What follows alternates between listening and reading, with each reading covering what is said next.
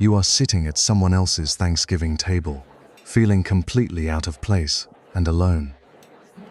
Maybe it is a friend's family, or perhaps a partner's, and you are just watching them. Their family is loud, messy, and constantly bickering over something incredibly stupid and trivial.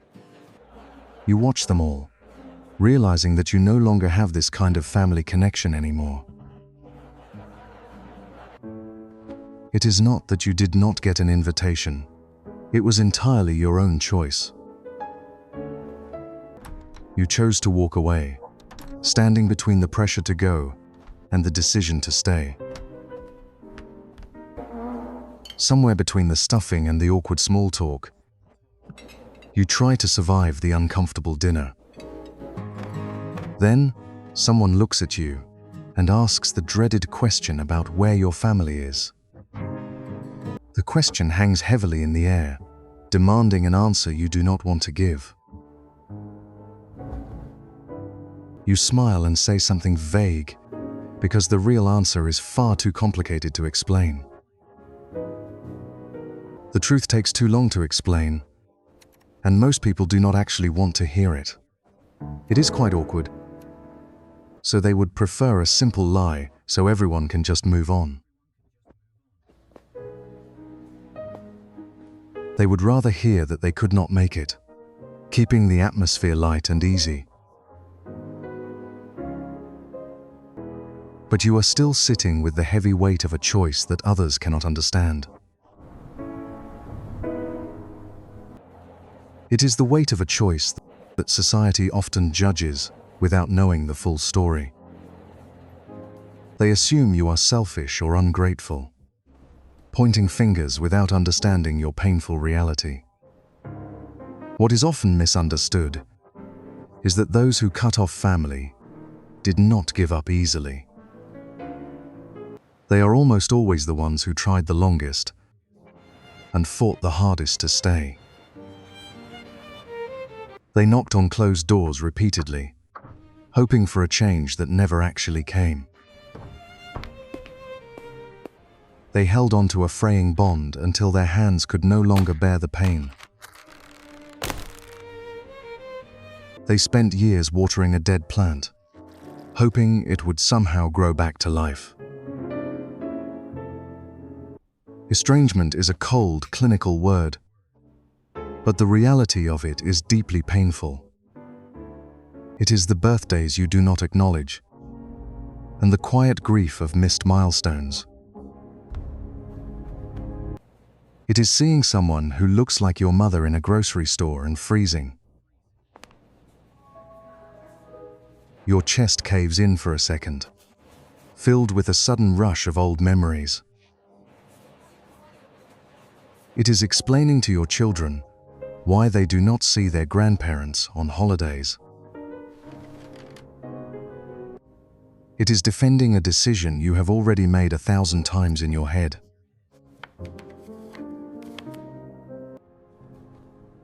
You have to explain your choice to strangers who have just met you and judge. We live in a world that worships family unconditionally, almost like a religion. Society tells us that blood is thicker than water, building entire cultures around family.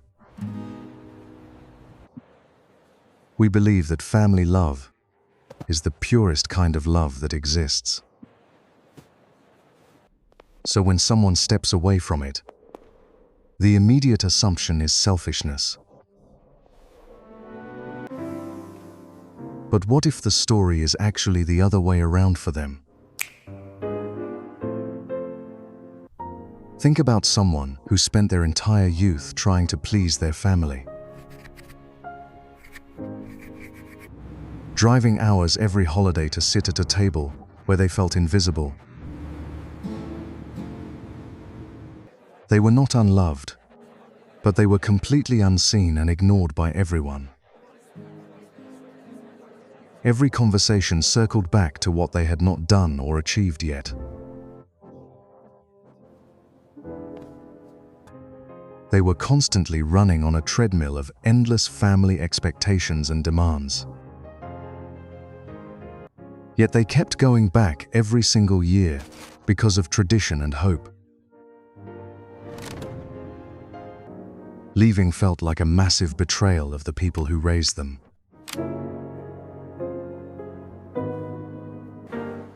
But one year, they finally decided that they simply could not go.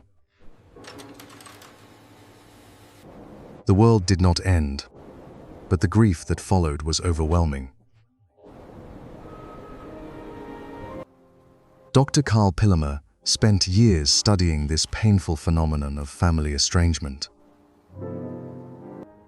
He found that it is rarely one big explosion that breaks families. Instead, it is a long, slow falling apart after years of trying. It is conversations that went nowhere, and apologies that were never spoken. The same negative behaviors repeating over and over until nothing is left.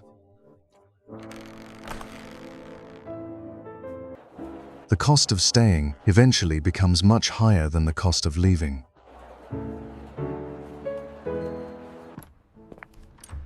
Choosing yourself and your peace is not a sign of giving up. It is a conscious choice to protect your own mental well-being. They mourn the parent they needed, but never actually had in life.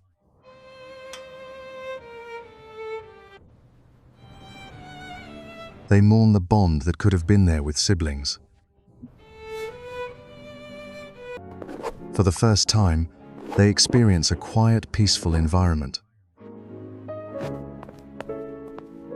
The constant noise stops, and they can finally hear their thoughts.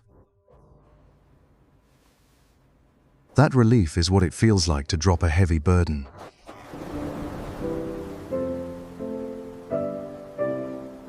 It is choosing one kind of pain over another for survival. A relationship built on obligation and performance is not real love. You are allowed to want more than just surviving your family. They chose themselves, and that is a brave, necessary decision. If you are in this story, remember that you are not alone. Take care of yourself and find the peace you truly deserve.